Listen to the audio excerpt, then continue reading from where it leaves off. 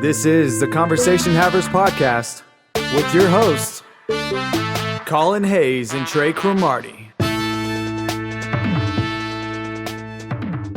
What's up, everybody? Welcome to the 25th episode of the Conversation Havers podcast. My name is Collin. And I'm Trey. And we just saw Joker. Yeah, we saw Joker. I feel like I kind of want to change society. We live in a society. Yeah. I don't even know, there's a lot to say. Yeah, There's a lot to say. By the way, I don't really have a fun fact ready, so maybe if I think of one, I'll just say it. Okay. So, I'm sorry, I was really caught lacking. I was more focused on the film this time. It's understandable, though. This was one hell of a movie. Yeah. But one thing we wanted to talk about first was just kind of the whole controversy surrounding it. Mm-hmm. I mean, we do our best not to get political at all here, so this isn't going to be political, but it's just... Yeah, we're just going to talk about it. Yeah. So, I don't know. It's interesting. I've put out this theory. I think that it's all the controversy around it is that it's just slander from, some competing movie for an Oscar. Because, if you look at situations in the past, 10 years ago, you had people from The Hurt Locker were, slandering Avatar. For what? For what? Just, political stuff, I think. What is even political about Avatar? Avatar has nothing in it that's even remotely, unique or anything. I don't know. I know Republicans were oh, wow, it demonizes natives. They were it demonizes corporations, and liberals were it perpetrates the white savior narrative. Nice. But anyways, so yeah, the Hurt Locker was one of their producers, I believe, was caught actually intentionally spreading slander and stuff about Avatar, and he actually got uninvited from the Oscars. Interesting. So anyways, the reason why I say that is because I feel like that's what happened here. There's probably some company involvement, but the way I look at it, no one's gonna be talking about it in a month. It's literally, I don't know, it just doesn't matter at all. And from my understanding, the main thing is people are worried about copycats or something like that. Yeah. Which I guess is possible, but there's also, for anyone that's that mentally disturbed that would actually want to go murder people or something like that, it's there's enough media already out there to trigger those type of thoughts. And sure, you could say it's because this movie's out and it's popular right now, but I don't know. Here's the thing. Do you want to limit artists and say we can't make works of art like this? That's because that's the only alternative, is that you shouldn't make this film, which I think is bullshit. So it's fuck you, the movie's out, go see it if you want, don't see it if you don't want to see it, and it'll be no one's going to be talking about it in a little bit, nobody will be talking about it on the level that people are talking about it right now. So that's practically what I think on the situation. Yeah, also you've got movies in the past year, I think 2 movies about Ted Bundy have come out. And it's if you're worried about copycats and mentally disturbed people, Ted Bundy's real. Yeah. I don't know what else to say about that. The other thing is that people are saying that the movie condones the violence that happens and shit, and it's the whole movie is from Arthur's perspective, and you're really in his mind. The whole film, I feel like the filmmakers did a good job of doing it from a pretty neutral perspective. They are literally just showing you the events that are happening, and sure. Wow, I was about to say some spoilery shit, but no spoilers just yet. Yeah, but Arthur, it's like I said, it's from his perspective. Yeah, that's pretty much how I feel. Yeah, I think the whole controversy around it was a little too conveniently timed. When it first was announced, no one was talking about it. Then, a week and a half ago, so right leading up to the release. And most of the people who were complaining haven't seen it. So it's at least go see the movie. You can... I don't really think the filmmakers condone the type of violence. Like, I think it's portrayed in a way that's very fucking real. Like, every super violent scene in this movie, I was, like, taken back. I was like, holy shit, this is very, very real. And, like, I don't think... If the film was glorifying it, they would have done it in a different way. Yeah. Yeah, that's all there is really to say about that. I mean, I just hope it doesn't cost them, like, a shot at an Oscar or, like... Fuck an Oscar. I mean, they can go for it. I don't care. I mean, yeah, I personally don't really care much for the Oscars, but, I mean, when you're a filmmaker, like, on that level, or you're an actor on that level, I mean, it is the highest form of recognition. Yeah, yeah. And so, I hope that the whole controversy behind it doesn't cost them that. I mean... Not that it's too important, but like it's already cost them a negative rating on Rotten Tomatoes. Yeah. No, I saw it as like 50-something%, and it's like there are so many other films that are very similar. Obviously, there's like Taxi Driver. Everyone is saying Taxi Driver, king of comedy, which is true. Like, and I mean like Fight Club and stuff like that. It's like. There's already films like this that are loved by most people and nobody has a problem with them, and it has to do with a mentally disturbed main character who does some immoral things. Fight Club's a really good comparison, actually. Yeah. And I don't know, it's stupid. This whole thing, if you're bitching and complaining, like, just know you're adding to the idiocracy, which I guess we all are in our own small way, but yeah, still... It's just goofy. Go see the movie if you want to see it, or don't. Like, it's a good movie. Yeah. That's pretty much my whole feelings on that. Okay, so, got that out of the way. Yeah. Now let's get into reviews. So we're going to do a spoiler-free section, and then a spoiler section. Okay, so I already think I have a pretty good rundown, like a pretty good couple-sentence rundown of what this movie is. All right, hit me. So... The main character is named Arthur Fleck, and he is a completely mentally sane individual that comes from a good background. His life is going pretty well, and, a bunch of positive things push him towards taking this clown persona and really helping his community. And I think that's pretty much the whole gist of the movie. So overall, I thought it had a really positive message. Wow, okay. Yeah. Thanks for that, Trey. Yeah. JK, it's really about a schizo, fucked up dude who life just really keeps dicking him down. Like, yeah, the trailers really don't do, which is a good thing. Yeah. The trailers don't do much to like inform you of what's actually going to happen in this movie. Yeah, the first full trailer that came out, I saw that and I was like, yep, this movie's going to be good and I can't wait to see it. And then yeah, but it didn't give away like a single major plot point. At least because he's the Joker, you didn't know was going to happen already. Yeah, and this is one thing. Like, if you're listening to this, please, for the love of God, go see the movie before you listen to the spoiler section. Like, I really don't want the experience of this film to be wasted on anybody. Like, yeah. It's, you do not want to know what's coming. You just go see the movie. That's literally all I have to say. Yeah. Especially, I mean, I would say especially if you're a Batman fan, but Batman fans are obviously going to go see this. So, yeah. Most of them probably already have. So... To go into, not spoilers, but just to kind of like go into the movie a little bit. Yeah. It's still spoiler free. It starts off and it's very...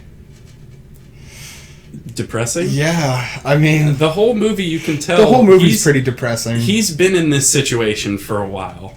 Like, he's been just kind of floating on his boat pretty much his whole life, and he's been... handed a pretty shitty hand. Yeah, he's like failing at a lot of things. Yeah. He's like in his mid-30s and he like I mean, lives how with old is his Joaquin mom. Phoenix?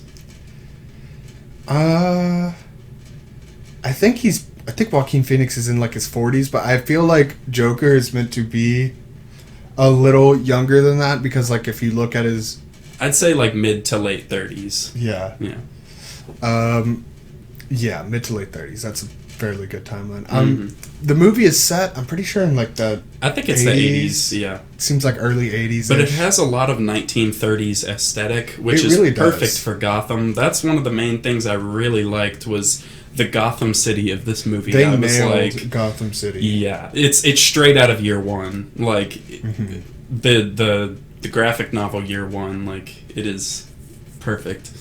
Also, and this just kind of came to me as I was watching the movie. It's really interesting seeing the like contrast between like Gotham and Metropolis. Yeah. You don't see Metropolis in the movie. Yeah. I'm not saying that, but like both of them are very obviously based off of New York, but they're based off of two different visions of New York. Yeah, yeah. Like you've got like the crime-ridden like slum vision of like that exists there. That's part of it. But you've also got like the city of like hope and like America and like freedom and just like business and stuff like that. And so it's really interesting just kind of just delving into just the dark like shit aspects of that. Yeah, like, I mean, if you haven't been reading comics for a while, I mean, obviously Batman's such a popular cultural icon that most people understand that Gotham City is a shitty place, but it's like, if you've been reading the comics, Gotham is a really shitty place. Like, it's fucking terrible, and... Yeah, it's not like... It doesn't, like, have its ups and downs, like... Yeah, no, it's pretty much always gloomy, gray clouds, and raining at night, and just... Yeah. Crime and rats and trash everywhere, and... It's what I imagine Dallas as. Yeah. Or, like, San Francisco, but San Francisco has, like, a lot more wrong with it. Yeah. I don't even know. Sorry, I have to hate on Dallas. It's like mandatory for me. I feel like Dallas is too bland to be like Gotham. Yeah. But then again, I haven't been there since I was like 8 years old, so... But no, I think some of the shots looked like they were shot in San Francisco. Yeah, I feel like, I mean, obviously most of it was CG, but they did a good job of just making it look absolutely massive. Just Yeah. It's like Mega City 1, sort of, except for less cyberpunk from Dread. Yeah. Like, it's just urban sprawl for miles and miles, and it's just people packed on top of each other. And in the comics, there's a lot of different comics where Batman talks about, he's like, there's something about Gotham that just, like, drives a lot of people crazy. Like, it's a place that is so shitty, it attracts shittiness and stuff like that. Yeah, and also just the visuals of this movie in general are it's shot fantastically. insane. It's amazing. I mean, we're probably not saying anything that you didn't already expect. Yeah. But, like, it's incredibly well shot. Yeah, that's what you get for listening to the spoiler-free section. Yeah. Because once we get into them spoilers, man, It's that's hard what to I'm talk waiting about for. a lot of things without getting into spoilers. Like, Really? there are some twists, and then there are some untwists, Yeah. and then there are some more twists. Yeah. And then some gunshots. Yeah, some gunshots. And some scissors. a lot of shit, man. Just a whole lot of shit. Yeah, I feel like besides, like, the basic through line that anyone gets for the movie, like, you really can't talk about much. Yeah, I mean, Joaquin Phoenix was incredible. Yeah, I mean, yeah. I don't think anybody thought he was going to be bad, but, like, He's a fantastic just actor. knocked it out of the park. Yeah, I think he probably has the most Joker-esque laugh. Like, I feel like the Joker from the comics, like, this is what I imagine he sounds like. Maybe a little bit more gusto in his laugh sometimes, but, like... And I feel like that comes with time. Yeah, definitely. He's still an amateur Joker. And That's one thing, is that, like, whereas... I think he did a very good job of making this his own, you know what I mean? Like, he's nothing like Heath Ledger. Heath Ledger's Joker is... like, very calm and knows what he's doing and always has a backup plan, and this Joker is he's just, like, constantly unraveling. Yeah, and it's like, for a little bit he's holding on, there's a little bit of him, there's a small bit of him that still is good, But it's like, Well, that's in the beginning of, at the beginning of the movie. At the beginning, I mean, Like- not to get into spoilers, but like he seems like he's a good guy with problems trying to do his best. Yeah, but, well, like, in the trailer, you see, like, him on the bus with the little kid, and he's, like, just goofing around, and he makes the kid, like, laugh, and it's, like, you can tell he gets genuine enjoyment, so it's, like, there is a part of him that is still, like, he's yearning for anybody to give him a chance and give him this, and But I feel it's like... just in Gotham, the shit that just keeps on coming. Yeah, Gets to you. If he, I feel like in another version of this movie, like, there's a character in the Batman lore called Leslie Tompkins, and she's like a woman who runs a clinic, like a health clinic in the one of the worst parts of Gotham, and like even the like gang members respect her and stuff like that. And I feel like if in another universe of this film, he could have like met her and she make a positive change in his life, and all of this could have been avoided. Not saying that Gotham would obviously still be shit, but like just for Arthur, life would be a lot better. Yeah, and that's what kind of like makes the story tragic in a way. Yeah, it's absolutely tragic. You could see like the hope go out of him. Yeah. And they just nailed his transformation, because that was the biggest question for me, was how are they going to transform him from Arthur Fleck into the Joker? Yeah. And, I mean, I was thinking of different ways, and honestly, I mean... This is the best way to do it. Yeah. It's, you show a good amount of time and just things happening to him. It just keeps pushing him back, and it's like, I mean, he goes most of the movie, I feel like, without... There's one thing that happens, but I feel like that was kind of the heat of the moment. Like, he wouldn't have done that if he wasn't pushed. Yeah. So, yeah. Well, we'll get into that in the spoiler. Yeah. But, yeah, I mean... So, overall, go watch this movie. Yeah, it's Please fantastic. do not continue on to the spoiler section without watching. Unless you just don't...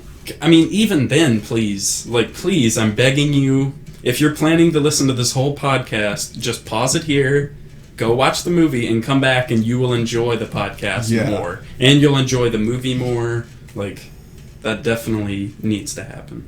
Yeah, let us help you unravel everything. Don't let us spoil it for you. Yeah. So with that being said, let's cross into the spoiler section. Okay, first off, the scene where Batman stole Joker's jewel, and he's like, "Please, Batman, I haven't hit it in 4 hours. I'm fiending." And Batman's like, "No, Joker, you took those hostages. I'll destroy your jewel." And he throws it off the roof, and he's like, "Fuck you, Batman."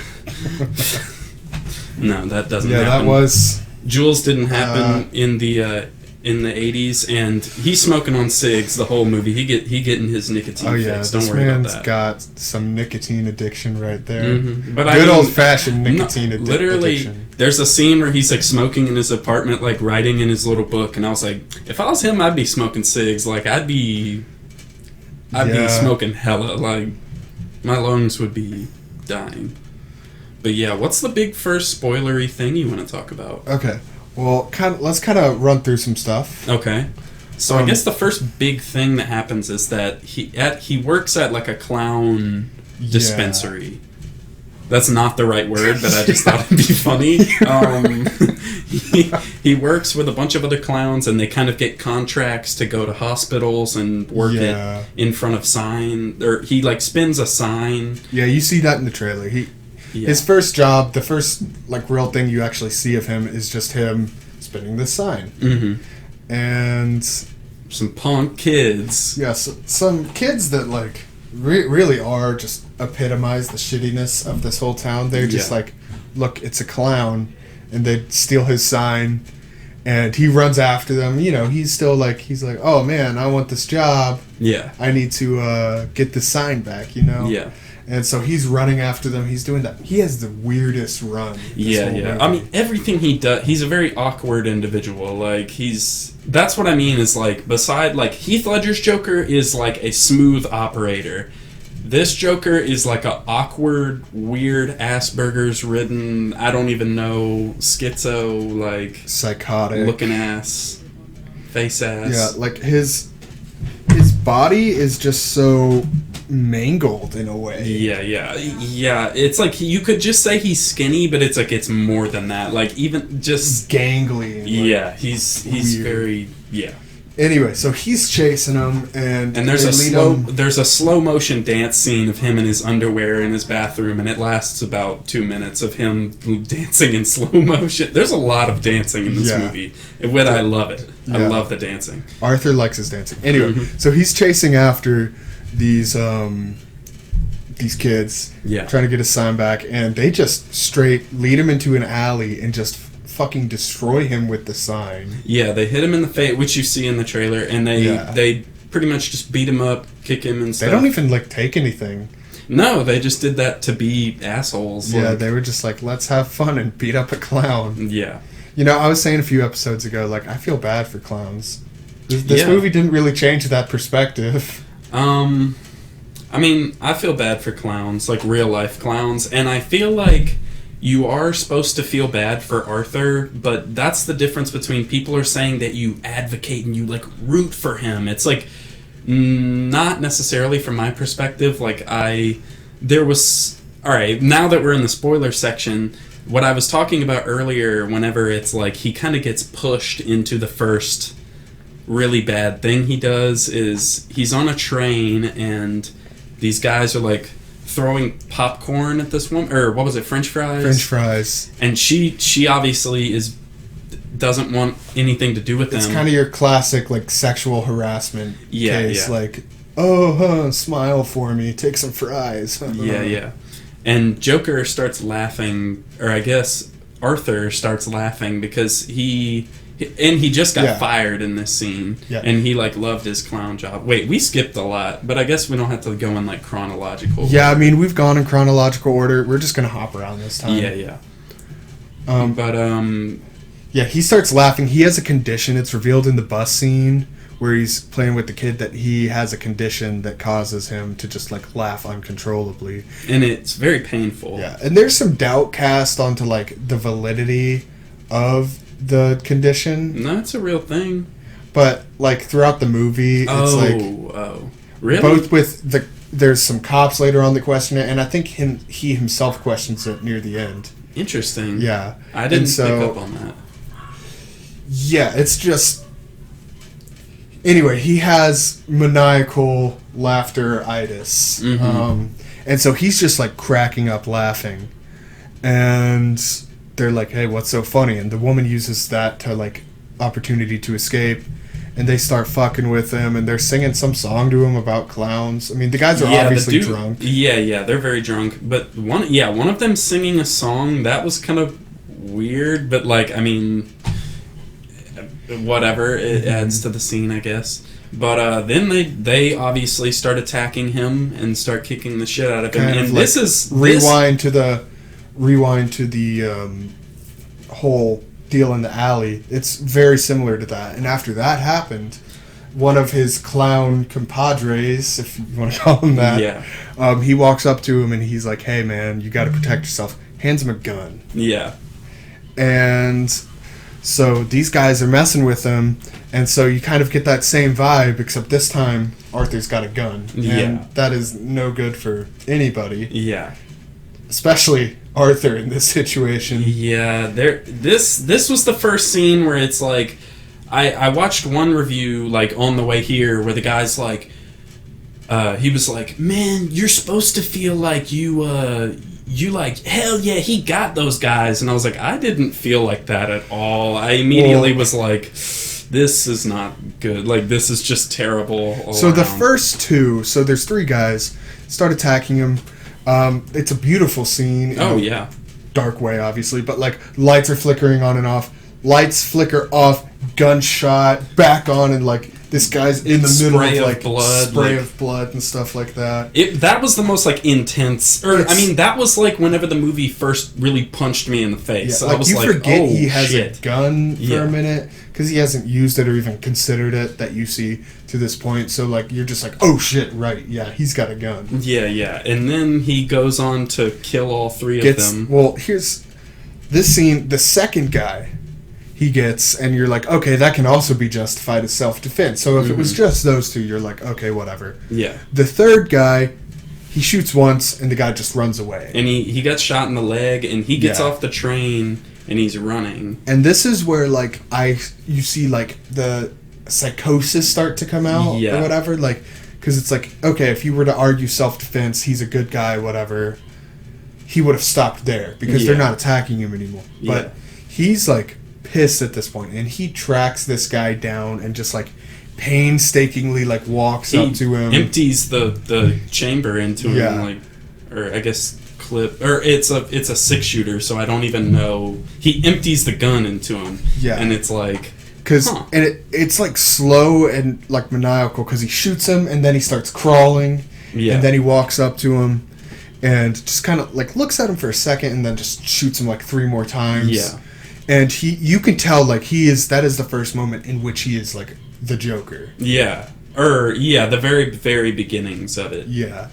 And then he But- kind of like snaps out of it. Yeah, it's a momentary like, haha, I got him, and then he's like, oh shit, I just killed 3 dudes, and then he like he starts running down the street, goes to his apartment, jacks off a little bit, and then which they show explicitly. This movie is not afraid of nudity. Anyways, I'm just joking. There's no Joker penis. There's only Joker bulge through his underwear in the dancing scene. But Yeah, it's a weird scene. yeah, I mean, it was cool. I fucked with it. That's one way to put it. So, I mean, what comes after that? All right, so what's going on? There's a lot to this there's movie. just so much to unpack. Yeah. So he goes home. He kind of like reverts back to Arthur. Mm-hmm. You know, and he's obviously like kind of freaked out. Yeah, But he's also a little bit. But he's not freaking out that bad. He's owning it a little bit. Yeah, definitely. And so you go over, and another aspect to this movie is Zazie Beetz' character. Mm-hmm. So you're first introduced to her as just this like random chick in an elevator with her daughter. Yeah, and she lives on the same floor as Yeah, as Joker. Arthur. And you know they share like this weird like dark humor moment, you know, which was somewhat genuine. Just yeah. it wasn't much. It was still awkward. There's not really anything he does that doesn't have a little tinge of awkwardness to it. And so her character is just so there's that moment, Mm-hmm. and she's fairly normal there. But then you go on, and Arthur, and I told this to you, Yeah. creates this version of her in his mind. Yeah, that's like pretty much his girlfriend, sort of. Yeah, so essentially he's throughout the movie, random scenes, he just creates this version of her in his mind that's like his girlfriend or just like somebody that's there for him. Yeah. And I turned to Trey like a few minutes after some of the weirder scenes with her, and I was just like, she is definitely a figment of his imagination. Yeah, and whenever you said that, I didn't know if you meant like entirely, like she's 100% fake, which I was like, I think she's real, but later on in the movie I was like, yeah, this is definitely not going because so the first time you see her, she's pretty normal. Mm-hmm. And then the second time you see her is... What is the second time? I don't even remember. He follows her around for a whole day. Oh, yeah, that's like the next day after he meets her in the elevator. Yeah. He follows her around town wearing a fucking hoodie overcoat, looking creepy as fuck. And so he follows her around town, and then he goes and knocks on her door. No, she knocks on his door. Oh, yeah. And they're standing at a doorway. Yeah. And she's like, were you following me? And he's like, just like, yeah. Yeah. And she was like, well, I just wish you would have like robbed the bank I was in while I was there. And that's like the first moment where I was like, okay, I don't think she's real, because that is not a realistic reaction. See, at that moment, I wasn't really thinking about it. I was just kind of like, huh. It was very weird, and it didn't seem right, because Arthur is obviously such a off-putting person, like, in general. Like, I think anybody would avoid him. Especially, like, an attractive young woman living in Gotham fucking City. Like, she would probably be avoiding all men at all costs. But, yeah, I guess at that point in the movie, I wasn't really thinking about it. Yeah, well, it really... here's the thing. To me, when I saw that scene, I was like, okay, this is either like a creation of his mind, or this movie really is just a depiction of like an incel fantasy. Because, I mean, when you're talking about somebody who's just like following just creepy motherfucker, incel type, I mean, when you follow somebody around, isn't like, I guess that's kind of best case scenario for them. What, the following? Like, no. Like, her reaction. Oh, if she was like, yeah, thanks for following me. Yeah, like, that's kind of the best case scenario for them. So, definitely in that moment, I was like, okay, like, this is his fantasy, but are they creating a world in which appeals to his fantasy, or are they creating... reality, or are they creating, rather, like, his mind is, like, just creating this on its own, you know? So... Yeah. If that hadn't been, if she had actually been, like, with him, that I could have seen that as, like, a problem with the whole movie. Of, like, these actions can reward you in this way. Yeah. I would have thought it's a problem, because I wouldn't have found... If she was really how she was in all the scenes where he's envisioning her, like, in the hospital... But, well, first of all, apparently, in his mind, they hook up. After he comes home, like... pretty much knocks on her door. Is he right after he kills those guys? Right after he kills them. Yeah, like, in his mind, he goes to her apartment and, like, makes out with her, and they close the door, implying that they hooked up. And it's like, at that point, I was like, this isn't real. Like, there's no fucking way. But yeah, if that was real, then I'd be like, that's a major flaw in this movie, because that's just not. No, that they would work. have been creating a more unrealistic, a more comic book version of the world that was. Like, that's like Harley Quinn, you know? And if she would have, it just would have been completely contrary to the vision of the entire movie, is what I'm trying to say. And why give, the whole movie is about the degradation of this dude, and just like his mental state. It's like, that would be fucking stupid to give him a girlfriend. So I mean, I caught it pretty early on. Yeah, and I think that was supposed to be a twist, but I feel like it should have been pretty obvious from right after. As soon as she thanked him for following her around all day, I was like, okay. Yeah, I think... like I said, it's like, I knew there was something wrong with it, but I wasn't like... I don't know, I wasn't really thinking about it that hard. But that scene in the hospital scene where she's like, do you want some coffee? Because his mom's in the hospital. And she's like, do you want some coffee? And she, like, kisses him on the forehead. I was like, alright, that's some bullshit. Like, she is not fucking there. Yeah. And especially because, like, nothing she ever does with Arthur is of any consequence. Like, she never actually brings back the coffee.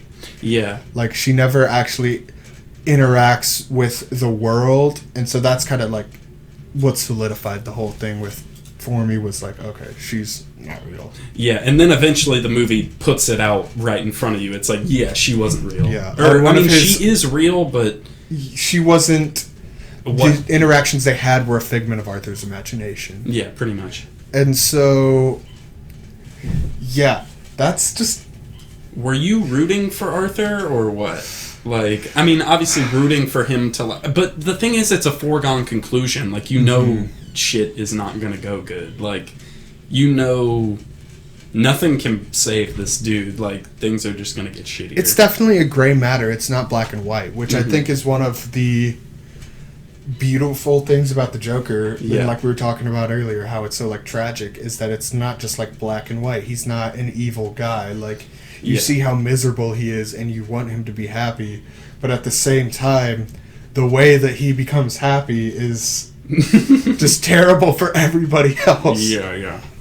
And so Okay. the subway killings that he does kind of start a movement. Unintentionally, he didn't intend it, but it starts a whole movement. Yeah, which is one thing, which I can't say it's a flaw of the movie, but, like, that was one of the only things where I was like, really? Like, 3 dudes? Like, because they work for the Wayne Enterprises. Yeah. And it's like, that gives people a reason to, like, fight back against the rich, and it's like, these were 3, like, sure they worked there, but, like, and I mean, that's why I'm saying, the reason I'm saying it's not a problem is because it is Gotham, and there is a lot of mentally disturbed individuals in Gotham, so it's like, they do make it seem like pretty much the whole damn city is going against it, and it's like, I feel like there should be more people that are like, 3 people got murdered, like, this isn't a reason to, like... Well, there definitely are those people. They're just not explicitly shown in the movie. They're not the focus. Yeah. There. And I mean, yeah, that would just be too much to focus on. And also, it's one of those things, it's like, I forget the expression exactly, but it's like the speck of dust that broke the camel's back. Mm-hmm. Where it's like, you've got all these other things, and then this subway killing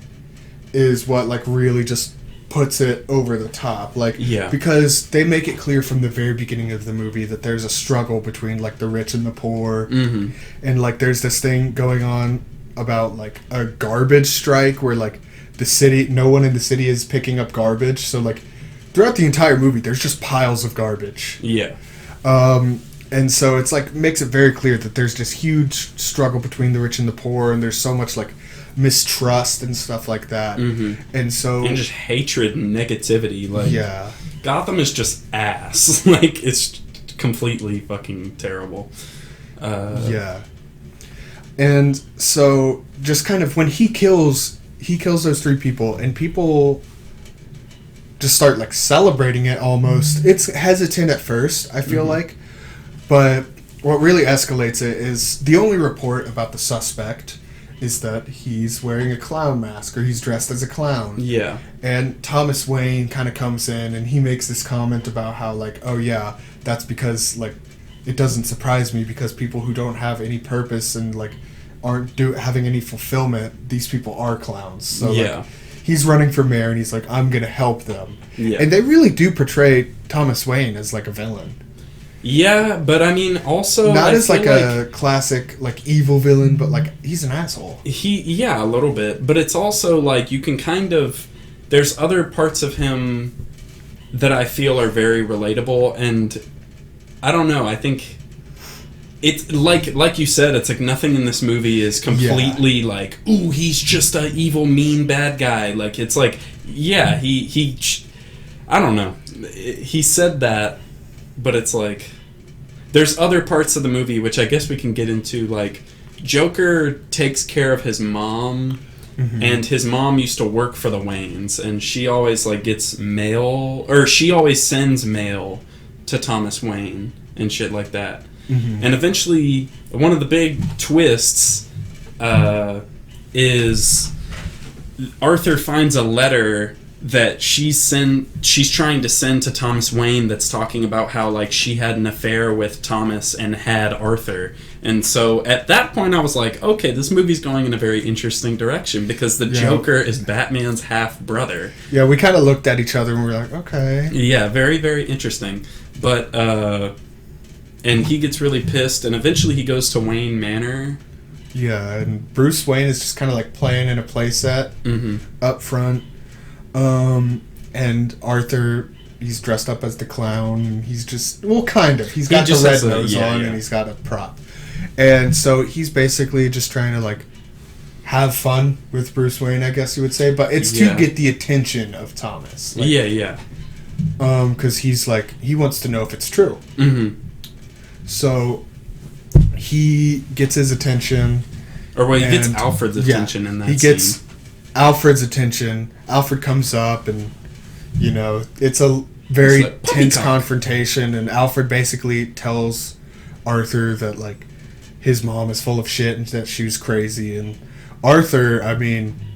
He's already like too set. He wants to be Bruce Wayne's kid, or Thomas Wayne's kid. And so Arthur's just, like, not really having that, and he kind of chokes Alfred from like through a fence, and he's like, no, you don't fucking say shit about my mom. Like, he's like a kid that's way too defensive of her. I mean, and it is one of the better aspects of his character is that he's so like nice to his mother and takes care of her. Yeah, for a little bit.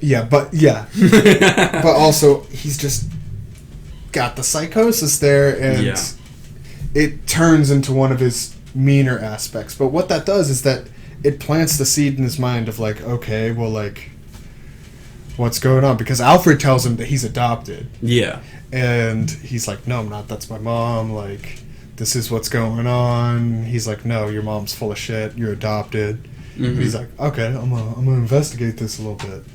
So he goes to Arkham State Ward or whatever the fuck, State Hospital. Very Arkham Asylum. Yeah. It's the beginning of Arkham Asylum. And he goes to investigate. This isn't immediately afterwards, obviously, but like he goes to investigate, and he's like, okay, like I need files pulled on my mom, anything to do with like an adoption 30 years ago. Yeah.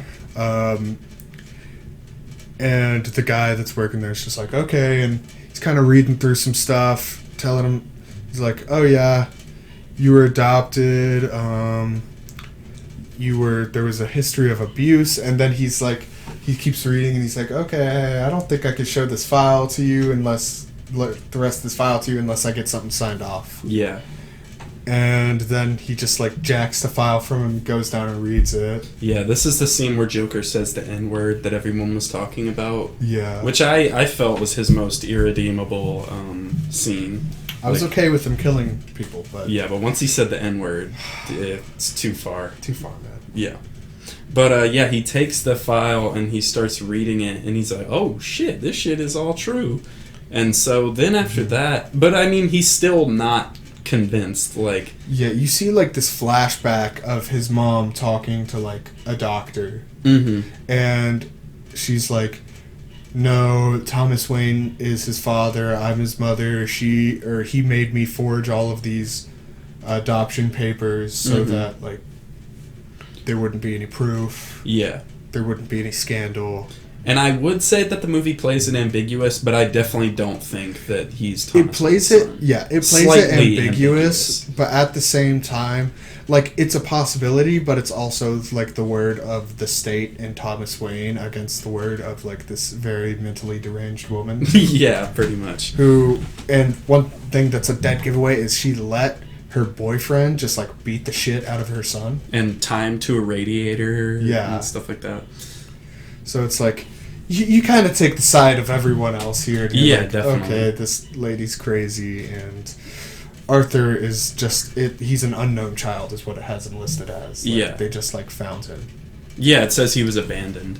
So, I mean, we're skipping some stuff, but after he kills those 3 people, there's, like, riots around the city and protests, and it's a clown-themed protest. Everyone starts... Yeah, in response to Thomas Wayne's whole clown comment about, like, basically he's calling the lower-class clowns. Yeah, and everyone starts dressing up as clowns and having these protests, and everything's getting more and more violent.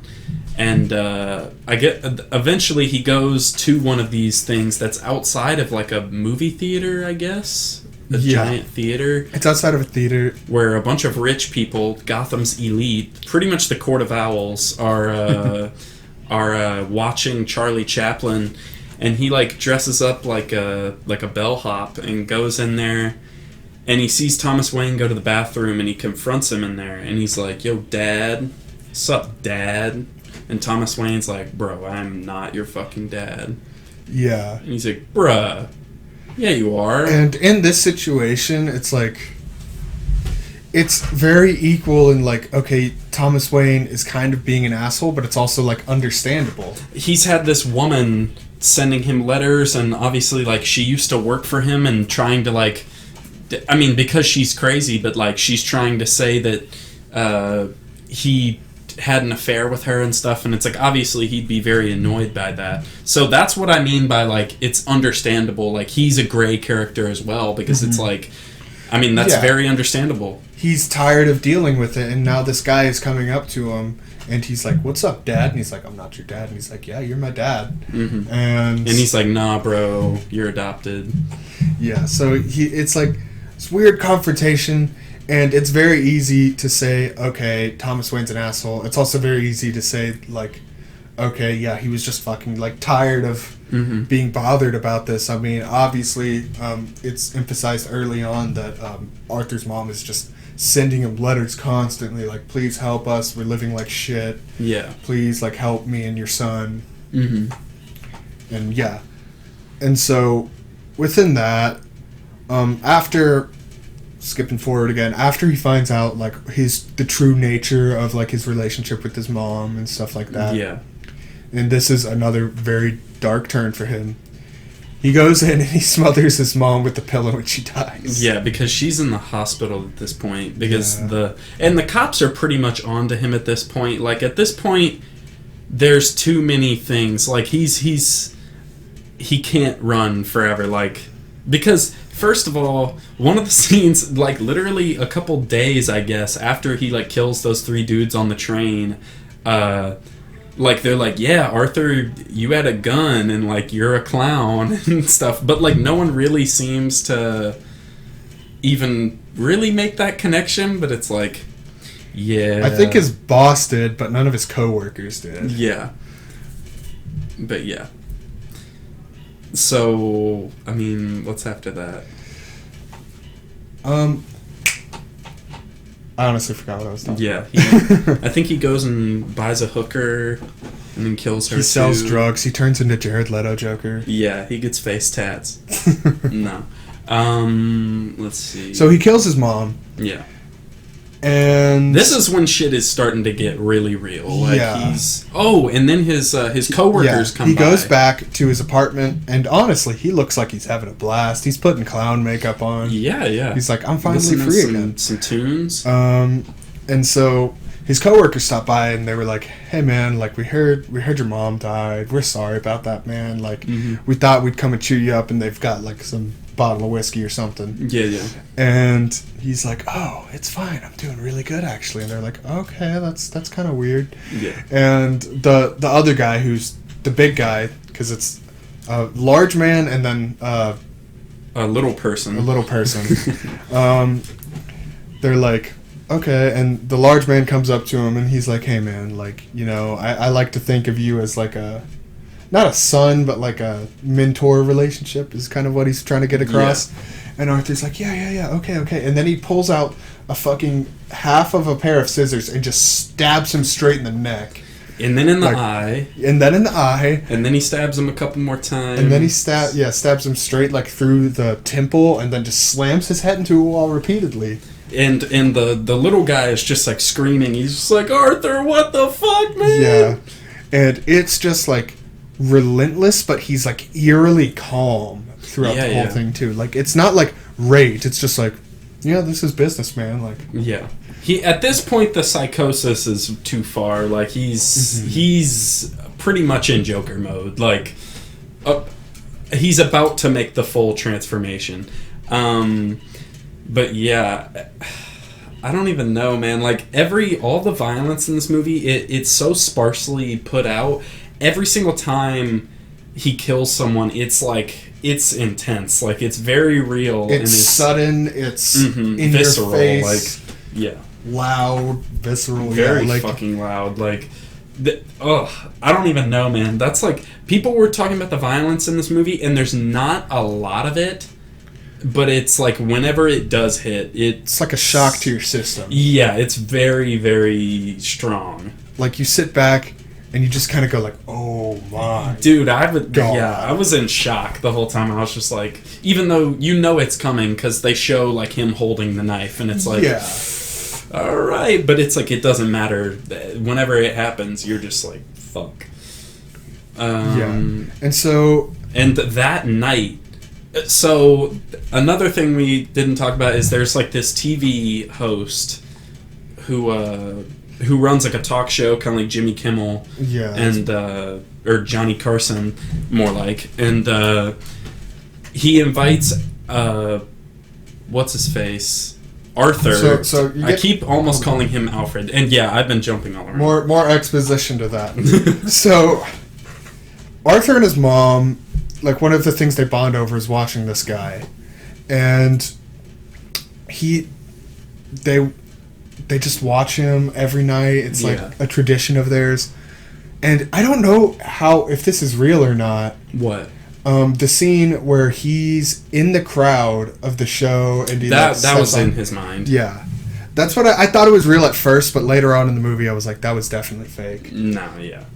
They like portrayed it as like a flashback, but like once you get into his state, it's definitely more of a mental delusion. Yeah, like it's him watching the show and like it's like him thinking of that while he's watching it. Because it cuts right back to him in his room, like, and that was like he has a dream sequence pretty much where he's like on the show and the dude's like, "Man, you're awesome, Arthur. I wish I had a kid like you." And it's like, yeah, this ain't real. And then. But later on, he goes to this comedy place and he tries to do stand-up, but because he's an awkward incel motherfucker, he... fails horribly. He can't stop laughing the whole time. And what is he even... Like, the only joke he gets out is just like...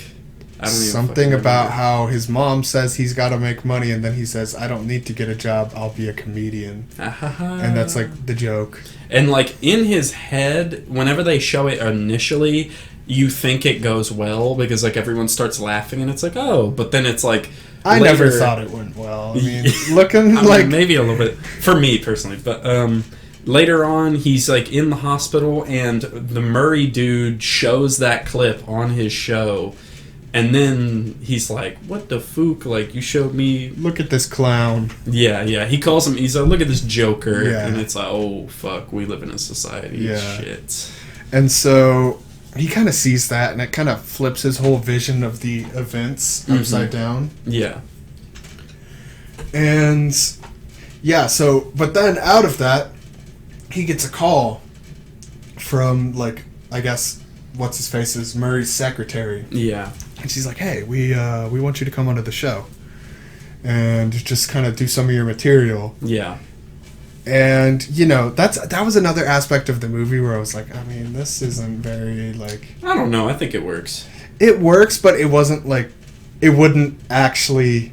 I mean, because happen. they say it had a really good reception. They're like, whoa, people are like thought your clip was hilarious because it's Gotham and people are dark as fuck and want to make fun of, like, they want to bring up this dude who is clearly like not okay and they want to put him on national television and have people like poke fun at him. Yeah. But he agrees. He agrees, like, kind of reluctantly. I think at that moment he's like, "Oh, I'm about to do some crazy shit." Yeah, like, he's just kind of like, okay. Yeah. This was like right after he had killed his mom too. Yeah, so, yeah. I think it was also like right after he had killed the other two guys. No, because they like he gets the call and then he's right, like, "I'm going on Murray's show tonight." But yeah, so he's like, they're setting up something's gonna happen on Murray's show. Like, you know that at first. It looks like he's planning to just blow his brains out. Yeah, because he plans it out in his room. You see him like acting it out. But it's like knock knock and who's there, and he just shoots himself in the fucking head. Yeah, or he puts the gun to his head like he's gonna that's what he would have done, but he does something worse. Yeah, so. He goes on the show and he like puts on the clown makeup. He's in full Joker mode at this point. Oh yeah, he has lost all like humanity.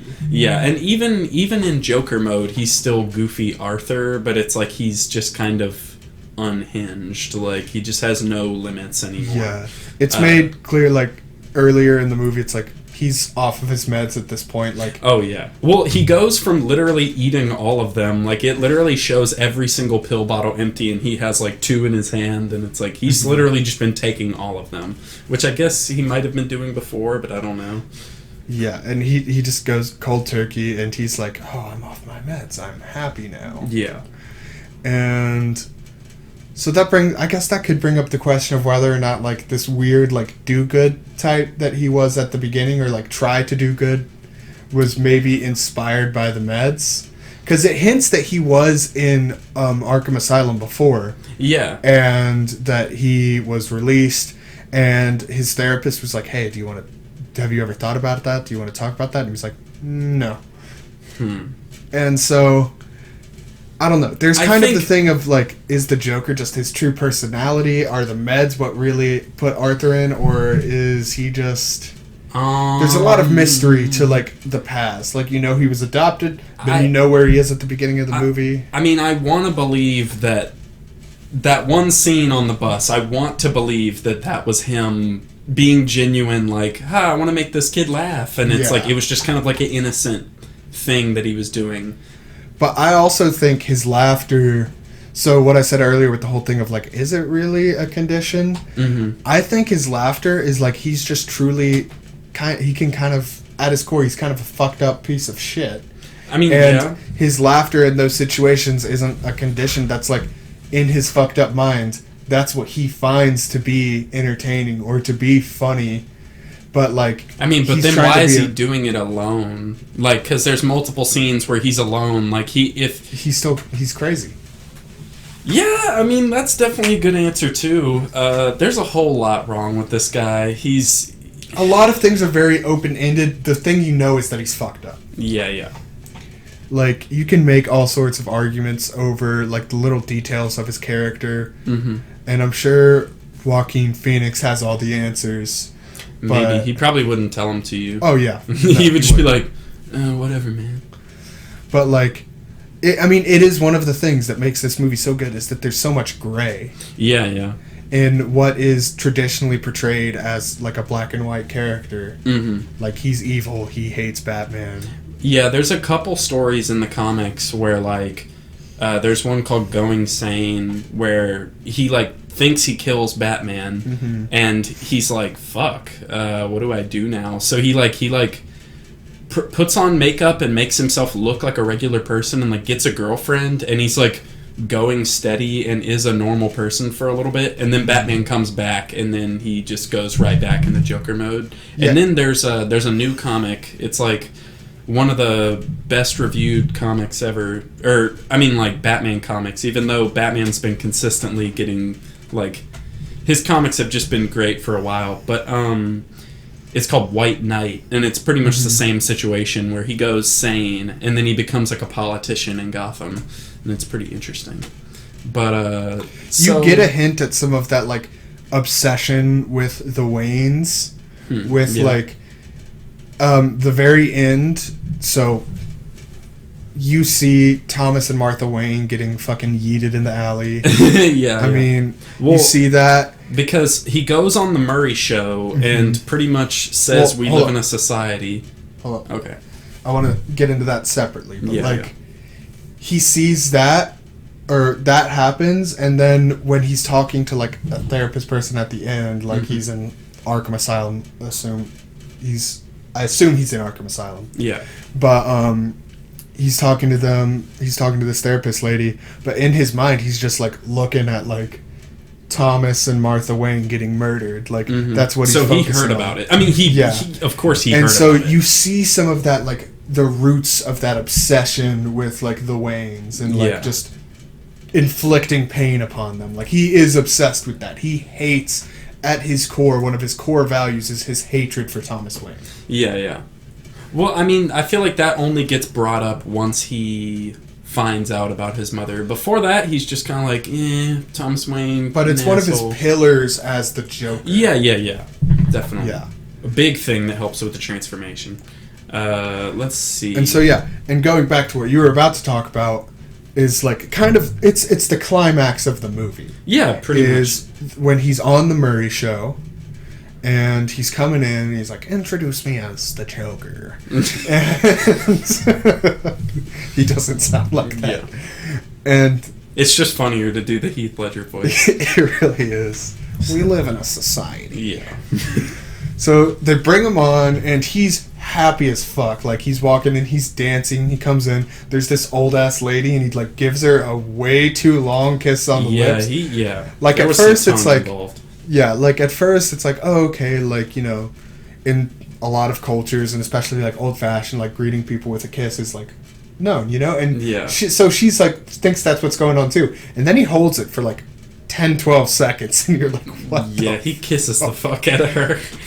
And so everyone's really confused. He sits down, and you know, he's just like, yeah, that's how I envision this. And that probably my favorite line, or like the funniest line of the movie, is like, well, that makes one of us. Yeah. But yeah, so they kind of dismiss it to just him being like weird as fuck. They're like, oh, okay, like okay, this is we're still running on live television, like we gotta kind of roll with this. Yeah, and so there's some clown riots going on, and there's some concern that like he comes in dressed as Joker, and so there's some concern. He's like, are you sure you're not trying to like make a political statement or anything? And he's like, no, this is I was a clown, this is just like what makes me comfortable. And they're like, okay, cool, fine.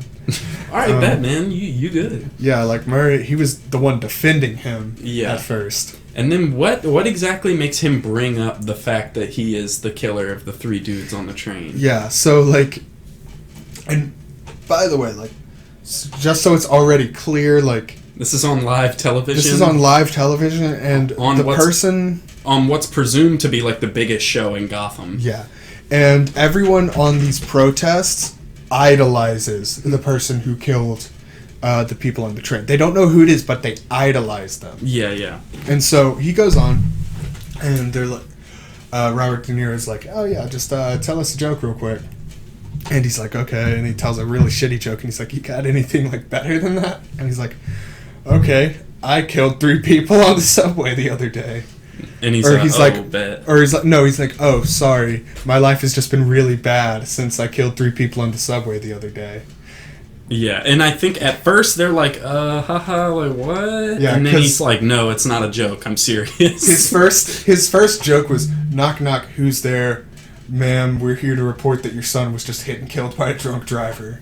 And everyone's like, oh, you don't joke about that, Arthur. Yeah. Or Joker. And he's like, fuck my you, society. My bad, guys. I'll do a different joke. Gamers rise up. Yeah. We live in a society. So, and then kind of Murray slowly like grills him, and he's it becomes just a heated conversation argument type thing. He's like, why would you kill those people? Like, what are you trying to make? Statement are you trying to make? And he's like, I wasn't trying to make a statement. They're just assholes. Yeah. And I'm telling everyone out there, like, I killed those people because they were assholes. People are assholes. Everyone's an asshole. Yeah. That's kind of like one of his main arguments while he's up there. And then Murray's like, not everyone's an asshole, dude. And then he's like, you know what, Murray? Screw you. And then he gives him middle finger, and then he walks out. He actually shoots him in the head, but that was close. He murders him. Yeah, he's like, well, you're an asshole. And then he's like, he kind of reveals, like, I'm not just fucking stupid. I know that you brought me on here to, like, make fun of me. Like, you're an asshole for doing that. Like, and he's like, you don't know me. And he's like, well, no, you're a fucking asshole, and you're going to get what you deserve. And he shoots him in the head. Yeah, and then that pretty much sparks an entire citywide Joker riot. Yeah. Yeah, he walks up to the camera, and he does, like, he's, like, dancing around, and he's like, oh, yeah. And then he gives, what's the exit line that Robert De Niro always gives? And he's like, and that's just the way the world is. Oh, yeah, he's like, that's life. And he's like, ha, ha, ha, ha, ha. And so he comes up and, like, grabs the camera, and he's like, and that's life. And then it, like, cuts out. Yeah, and then he gets tackled, and he's in a police car, and he's seeing just the riots throughout the city as they're riding to the police station. And he's having the time of his life. Yeah, he's enjoying it. And then an ambulance smashes the fuck out of his cop car. Yeah. Ambulance was driven by one of his ICP bros. Oh my gosh. Insane clown posse. Yeah, and so they pick him up, and he, like, gets on top of a car, and he's like, yeah, all the, like, Joker people are, like, celebrating him. And then right after that, it cuts to him being in Arkham Asylum again. Talking to his therapist lady, which is what we got. We were on that, and then we went back. And now we're back. So he's talking to his therapist lady, and it's a weird ending, because my first thought was, I was like, well, wait, was all of that real? Because, like, my first thought was like, all of what? My first thought was that, like, they were about to dismiss the whole movie as being, like, a pipe dream of his. That would be fucking gay. Yeah, I was kind of pissed when I first saw that, because I was like, is that actually what just happened? No, like, that would probably ruin the movie. And that was, like, I was very confused, because you cut from he's standing on top of a cop car, and he takes his bloodied lips from his car crash and spreads it across his face to give, like, the classic, like, more Heath Ledger-looking Joker vibe. Yeah. You know, like, just deranged, unraveled Joker, like, just blood all over his face. He's smiling, laughing, like, being hailed as, like, doing this hero. his dance. Yeah, doing his dance on top of a car. And then just hard cut, and you're in just Arkham Asylum, and he's getting grilled. Yeah. Or getting questioned. She said, "Do you like your burgers medium rare or nah?" And he's like, "Nah, medium well, please." And then they eat a cheeseburger, and he's like, "Hamburger." And And a borg. and then then they just enjoy a nice meal, and then that's the credits start rolling. So yeah. And he's like, "Bro, can I hit your jewel?" Batman, let me hit your jewel. He's like, "No, it's a bad jewel." But yeah, he's talking to her, and then the ending of the movie is interesting. Yeah, so it's another, not as hard of a cut, but it's another cut, and you just see him running down the hallway. Or he's walking at first. Yeah, and you're like, okay, where's he going? And then his feet come into view, and he's just trailing blood everywhere. Yeah, so he obviously killed the lady, and he's walking out. And then he kind of, like, runs out of a door, and then he runs back, and he's being chased by, like, a person who works at Arkham, and then they run back the other way, because it's like they're at a T intersection in the hallway, and they're just running back and forth, and then it's just like, chase. Yeah, and then they're just like, the end, and then that's pretty much it. So it's like, did he escape? Because in my personal, I really, really hope that in the next Batman movie that comes out, I really hope that this is like the origin for that Batman universe. I think that'd be cool. I wish, but like they keep on saying that it's not. They keep on saying it's a standalone. But they could be lying. I said to you before we started, money talks. So it could change, and also especially because the Robert Pattinson Batman movie is supposed to be a prequel. To what? Just like it's supposed to be set like just before all the events of Justice League and stuff, all that. Well, I thought it's a completely different universe now, or is he supposed to be Ben Affleck's not Batman? exactly clear. It's like the whole DC continuity is so muddled right now. Yeah, but it's just just timeline wise, it's supposed to be set in like the 90s, from what I've heard. Okay. And so that wouldn't work. Or I guess it. Yeah, no. What I'm saying is that would line up more with like Joaquin Phoenix's Joker. Oh, yeah, it would work then. I'm tripping. Yeah, so I think it's possible. I think because money it is talks. supposed to be like a really young Batman. So yeah, okay. But I think that'd be interesting. A really young Batman fighting like a pretty old Joker. Yeah. But then again, like I don't know. I mean, who knows? I just hope the Batman movie's good regardless. Because this is like. This is a damn good movie, you know what I mean? Like, I think everyone should go see this. We kind of just unraveled everything in our minds as we went. So we weren't super in order, but like, so there are some things that we missed here and there. I want to see it again. Okay, here's one thing that I really liked. They did not beat you over the head with Batman references. They really could have had some type of like, oh yeah, the Cobblepots, like like Penguin's family, or they could have been like, he could have met a young Selena Kyle, or who's Catwoman. I don't know how many people listen to this and like know Batman lore, but like it's like they could have done a lot of that, but pretty much it's like Thomas Wayne, Bruce Wayne. Yeah, other than that, there's not a ton of Batman references that are, like, well-known. Yeah, I mean, I can't really think of much outside of just the Wayne family. Maybe some type of obscure character, like, because they say a bunch of random names. I did see, and I bet this was a coincidence, I saw a guy in the corner of the screen in one of the scenes that looked like exactly like Jim Gordon. Really? Yeah, it's like in the scene where he's stalking Chelsea Beats, and he's walking directly down the street. Yeah.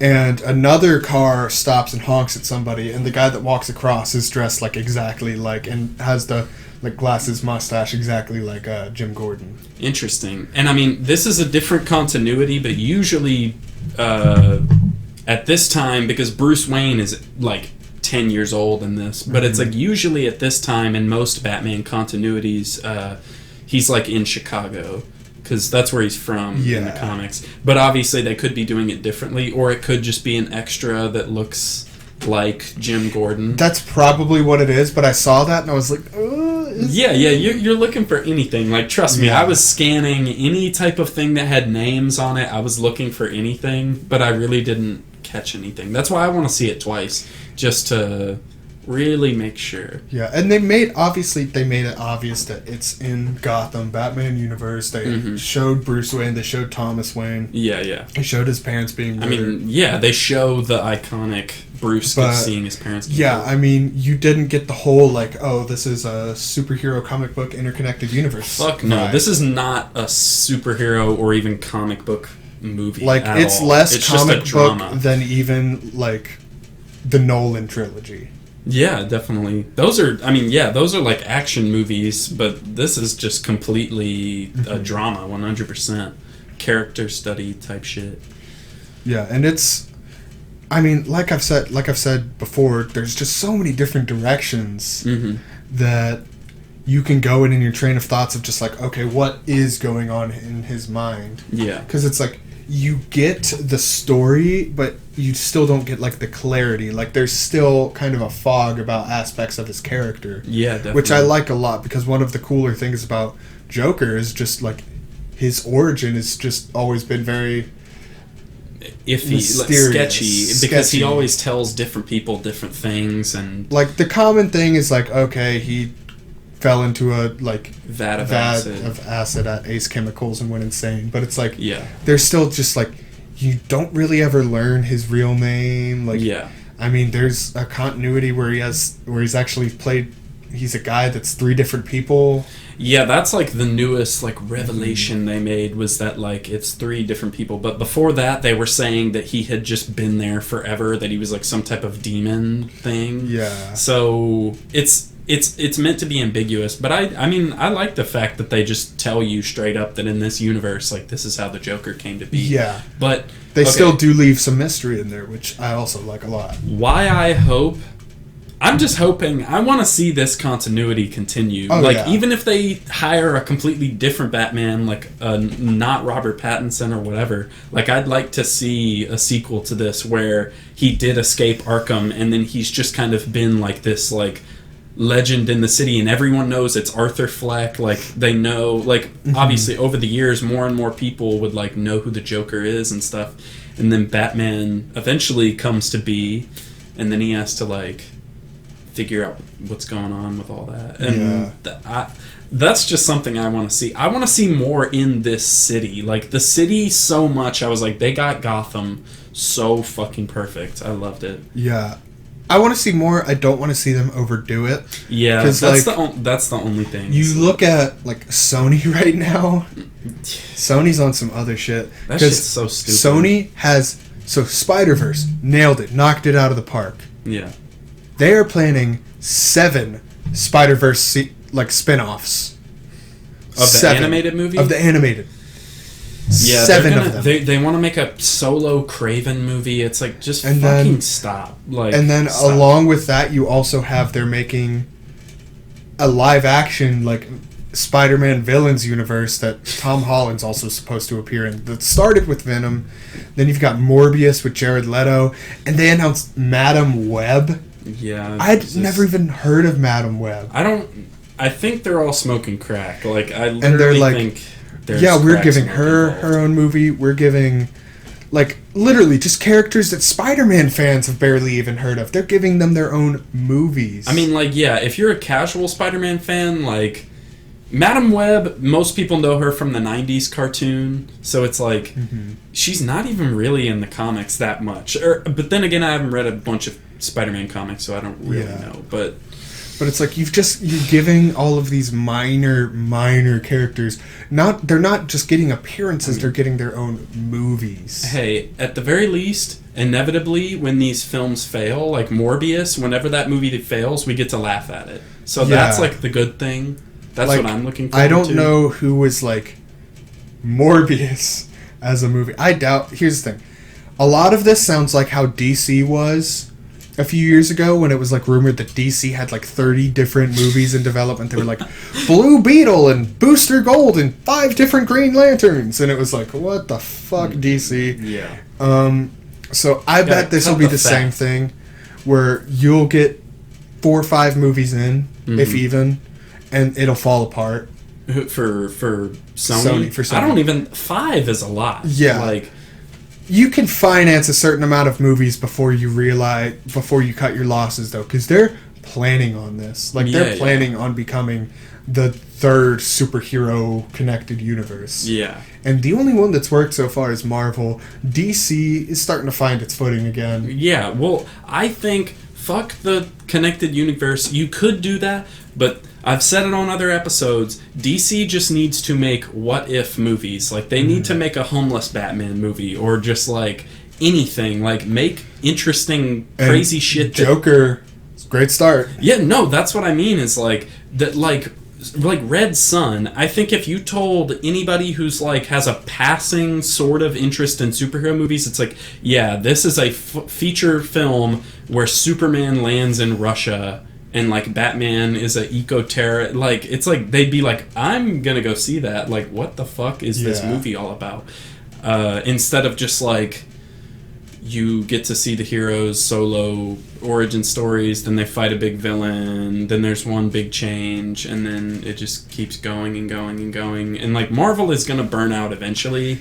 I don't know when, but eventually they will. Like, here's the thing. Just make more interesting, like, shit. Yeah. Find, like, creative artists who have a vision for something unique and give it to them. Yeah, and with Marvel... things are going to go south, and here's the thing. Comics, they're great, but comic continuity is shit. Yeah, no, it's a giant clusterfuck. Yeah. You pretty much just focus on what's current. Like, there's a current, like, status quo that's like, okay. Yeah. If you try and reconcile all the details, you're going to have an aneurysm. Like, oh, yeah, dude, like, that's what I was talking to my brother the other day about, like, the X-Men continuity. It's like, if you wanted to learn the X-Men continuity, it's a serious, like... You really have to sit down and focus and pretty much go through a history course. And it's like, it still just doesn't make sense. Like, yeah. They're still like, you cannot possibly explain why this character and this character are in 2 separate movies but are the same age. And say it's a different universe. Yeah. Like, perfect and so, explanation. Yeah, and I think Marvel's downfall, and I don't know if it'll be phase 4 or 5 or whatever, is just going to be... continuity's going to go to shit, and the reason Marvel, and this is what I believe, the reason Marvel is so great and esteemed is because they've brought all this continuity together and like reconciled all these characters into one universe. Yeah, Spider-Man leaving was like worst case scenario for them, because it's like, we can't even make something for that. So I think Spider-Man coming back, and we haven't even talked about this on the podcast, but Spider-Man coming back for 2 more movies is going to like make it easier. You can find a canon reason to write them out. Yeah. But it's like, continuity changes are going to be their downfall, because right now they just focus so heavily on continuity. Hopefully eventually, like, and I know I'm guilty because I see a lot of the Marvel movies and stuff, but it's like, it is kind of tiring, like, just how fucking similar they all feel, and just like...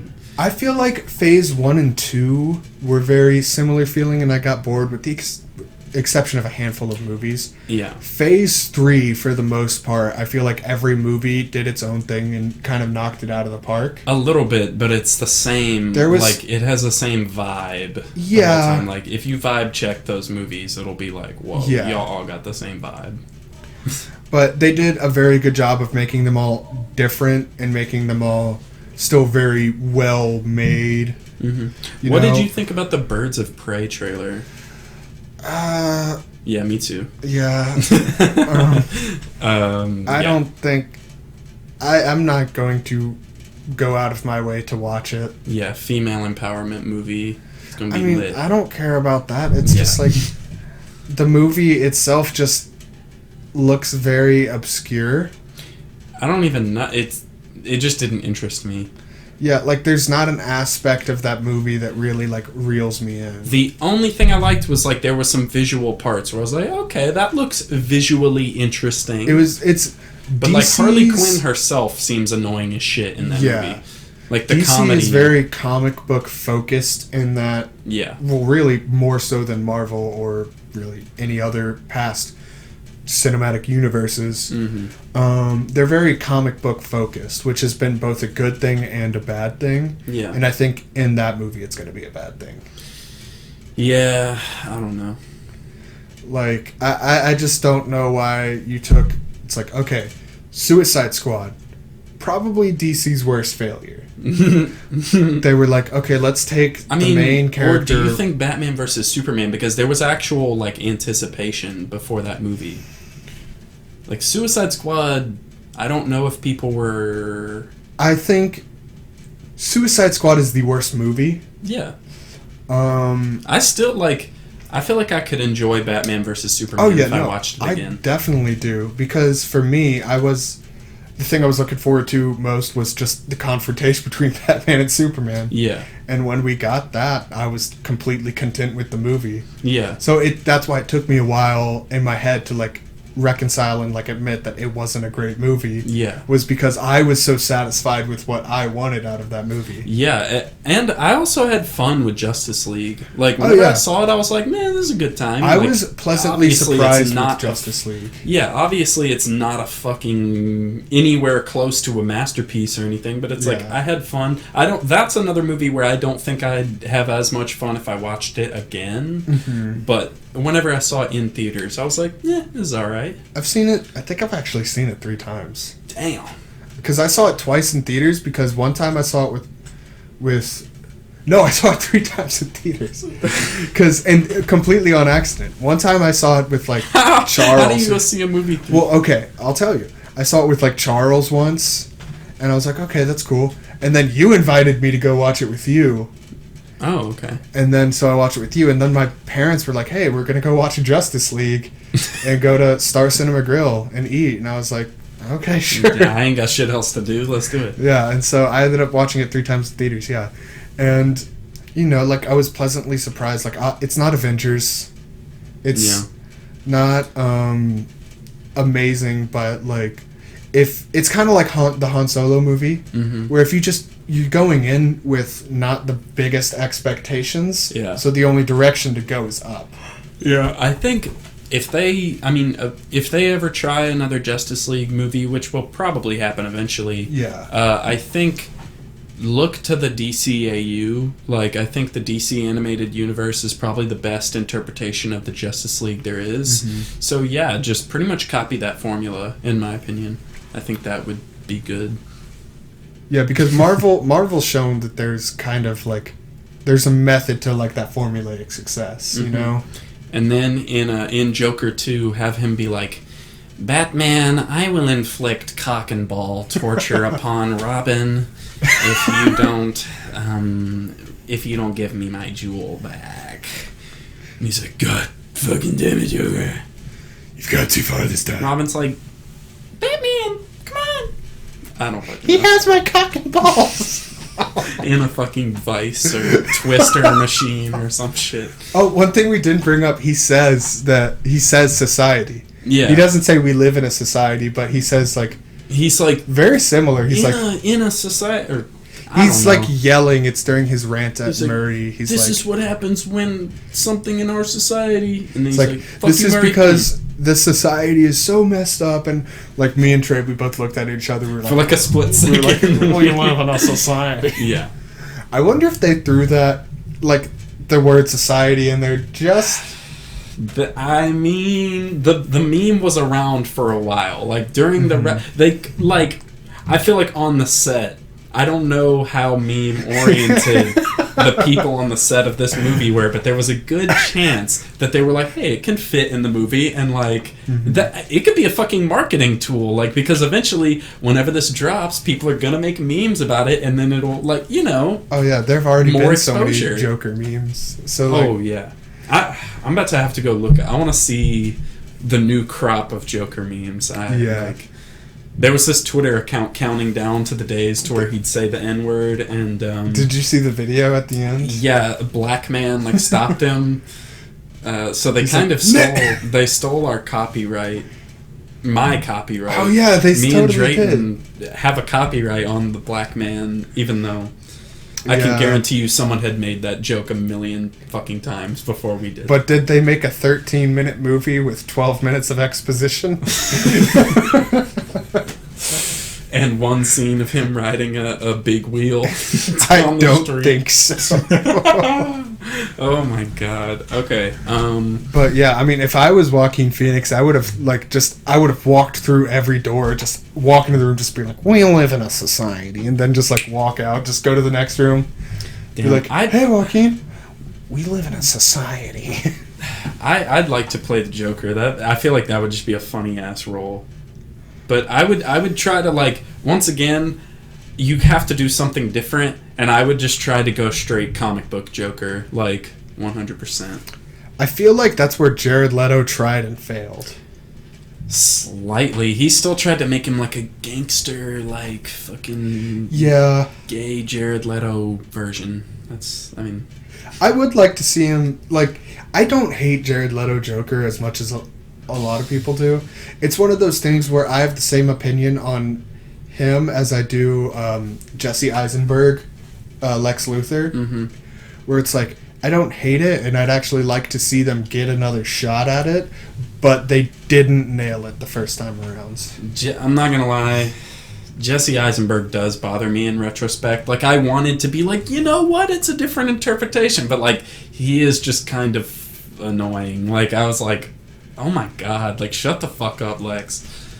That's just me. I don't know. But I want to see him. I wanted to see him again. You know, like because, new like, interpretation. Once again, I want Clancy Brown, which is the guy who played him in the DCAU. Like, it's like that version of Lex Luthor, where he's just like a cold as ice businessman who's just like the smartest man on the planet. Which like, is why a lot of people wanted Bryan Cranston to play him. I feel like there's more inspired choice. Like, I feel like there's a lot of other actors that could do some special shit. Like, not to say that Bryan Cranston wouldn't do a serviceable job. It's like, I want to see, like, outside of the box, interesting casting. You know what I mean? Like, I've heard rumors of Giancarlo Esposito as Norman Osborn. I don't even know who that is. Fucking Gus from Breaking Bad. Oh, as Norman Osborn? Yeah. He's got the hair for it, or at least in Breaking Bad he had the hair for it. The weird sideways cornrows. All they got to do is dye it red. Wait, no. When did Gus have sideways cornrows? No, in the comics, like the original Spider-Man comics, like the Harry Osborn and Norman Osborn, they have like sideways like cornrows going like horizontally down their heads. But when in Breaking Bad, he didn't. I was just saying, like, in the movie they would give him that haircut. Okay. But yeah. I mean, yeah. I think it's a very interesting choice, and I feel like there's a lot of rumors on who the next big Marvel villain is going to be. Hopefully just Galactus. I want to see Galactus. I don't know how exactly they would frame that fight, but they'd figure it out. I've said this before. I thought at the end of Endgame, when Captain Marvel came in, when everyone was like, when Thanos' army like turned their attention, I thought it was going to be Galactus. Like, it didn't make... that would great perspective, it wouldn't make movie sense, but like, think about it. Like, they're having a battle for the fate of the universe. You don't think that would like get the attention of like a cosmic entity as powerful as Galactus? He might be snacking down on a planet in Alpha Centauri, like millions of light years away. I get that, but at the same time, Thanos is about to erase the universe. Man, he may have not heard about it. Plus, he's scared of Thanos in the comics. He's like, oh shit, I don't want to. Yeah, that's true. But still, I think it would be cool if everyone died in the movie, like Thanos ate Earth, and then that's how the Marvel Universe ended. I think that'd be fucking awesome. Yeah. Marvel's eventually going to have to reset. You know? Yeah. I mean, that's just how the shits go. I think they should make Captain America, like, trans or some shit. Just fuck it. Like, just make retarded shit. Just do fucking stupid-ass shit. But, I mean... anyways, oh, my God. No, because I think the DC Universe is going to, like, reboot with Flashpoint, is what I've been hearing. Is that, like, all the different universes that they're creating with the movies right now will be reconciled in a Flashpoint movie. I mean, I'm down for that, but also I just say, just leave it alone and just start over. Start over with something new. Like, use this new Batman movie as the new jumping off point, but don't fuck it up this time. They've already fucked it up. Because you know the original opening to the DC Universe was supposed to be Green Lantern in 2011. Yeah. That was supposed to be... I mean... Which pisses me off because, I mean, Green Lantern's, like, my favorite superhero, and that movie was bad. I mean, I know. I haven't even seen it, but it's, like, it just... But I would love... I've seen all the beats, and I just don't care. I would love for Green Lantern to have been, like, the Iron Man of the DC Universe. Yeah, that'd be cool. But we don't get good things when it comes to DC movies until this. Yeah. And I don't fucking know. I think they should gender swap everybody. Like Batwoman, Superwoman, Wonder Man. Those are all three of those are real characters. Yeah. Oh, okay. Yeah, no, I know. I'm just saying, like, just in this universe, have it be like Bianca Wayne, Clara Kent as Superwoman. Fucking... I don't know as Wonder Man, even though Wonder Man's a Marvel character, but fuck it. Yeah. I don't know, I don't know. They're not going to, but I want to see movies just go balls to the wall fucking stupid. Like, I don't know. Fuck all this continuity, fuck story, fuck having a script. Just literally make just, like, bombastic, just, like, throwing shit at the wall. Yeah. That's definitely an opinion. Yeah.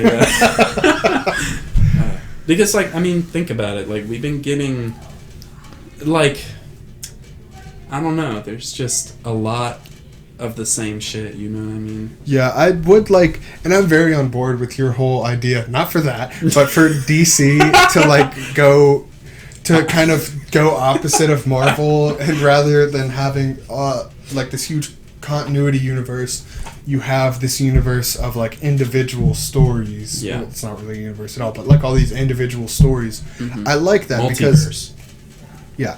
because I really do love Marvel. Phase 3, I wasn't a Marvel fan until, like, Phase 3, and then that kind of, like... Yeah, I mean, I didn't hate the movies, but it's just, like, I wasn't super into them. Mm-hmm. But then Phase 3, every movie in Phase 3 was so good, and then, like, Infinity War and Endgame were... I do consider Endgame to be not the greatest movie ever, but the greatest cinematic achievement ever. Yeah.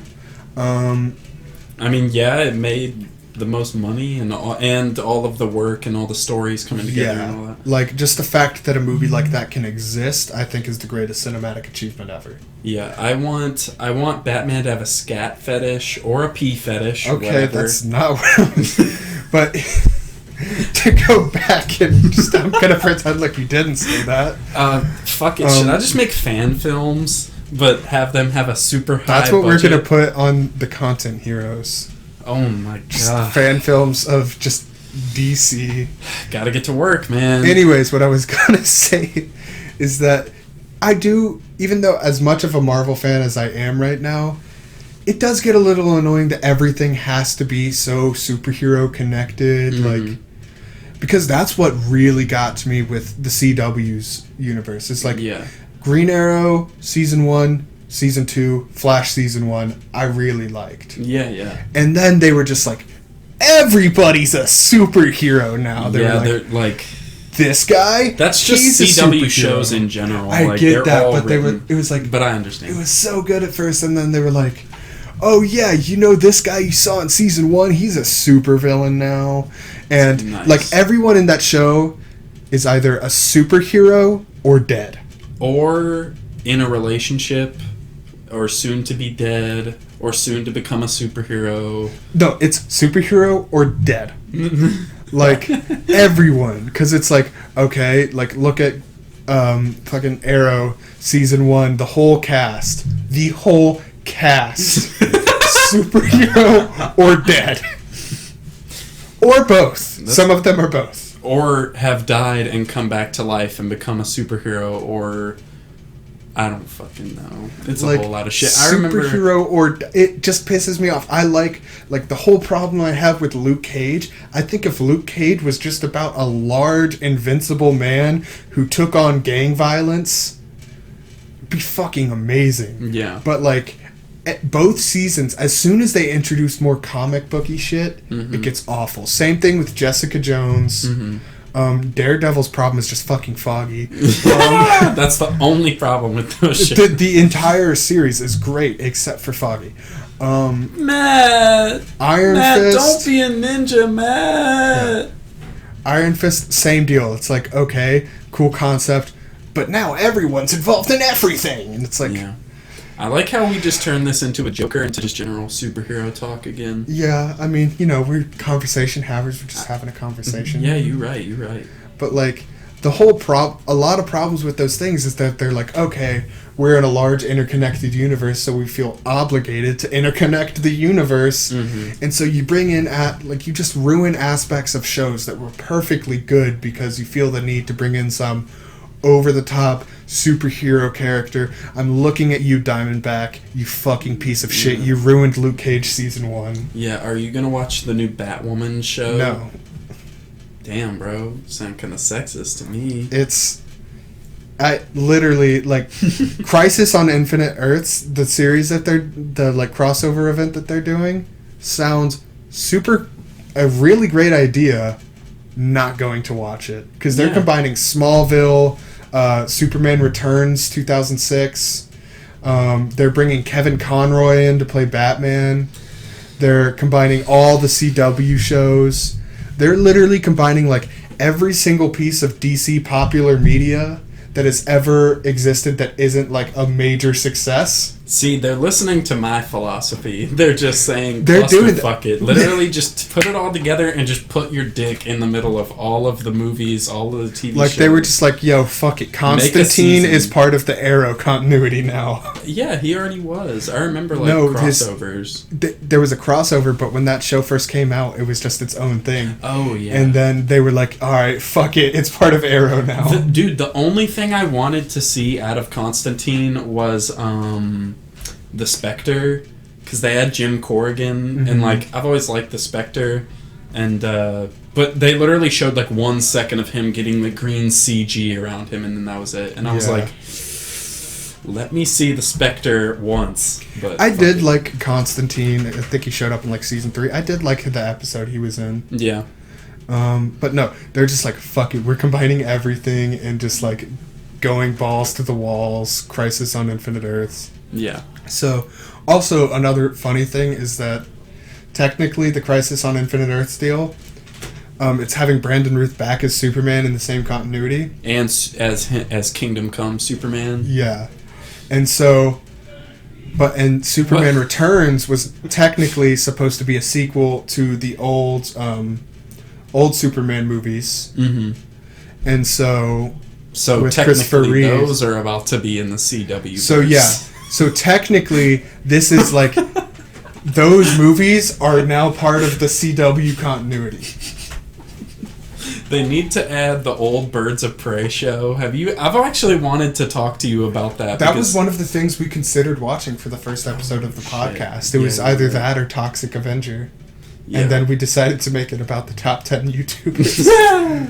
But yeah, there's this old like show from the 2000s or whatever, and it's like it's a sequel to the Tim Burton Batman movies, or it's a continuation of that. I'm serious. They have scenes where the dude in the Keaton Batman suit is like talking to Catwoman, or he bangs Catwoman and makes Huntress, and then they actually have the Joker in there too, who like shoots Barbara. I don't fucking know. Wow. Okay. Yeah. So it's interesting.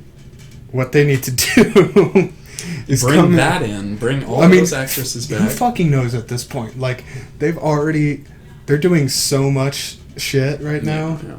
It's just like... Make a Green Lantern TV show, then realize that you can't handle the cost of the CG, and then cancel it early. Yeah. And then integrate that into the Kingdom Come universe, and then... I don't...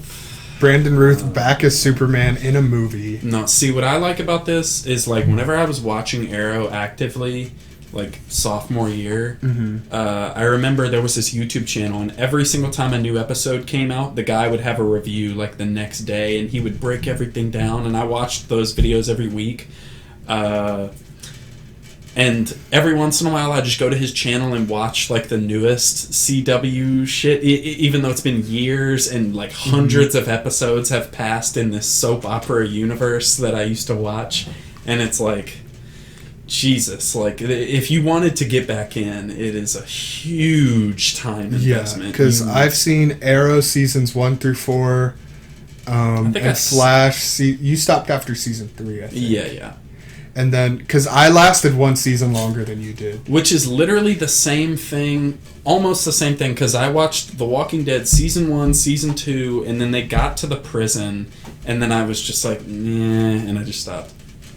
Yeah, it's one of the few shows that I've just stopped watching. Like, when it comes to TV shows, I have a very addictive personality. Yeah. Like... A few days ago, I watched the entirety of The Good Place in one day. The Good Place? It's by the people that made Parks and Rec. Oh, okay. I'm like very classical binge watcher. Okay. And I love TV shows. I love keeping up with them.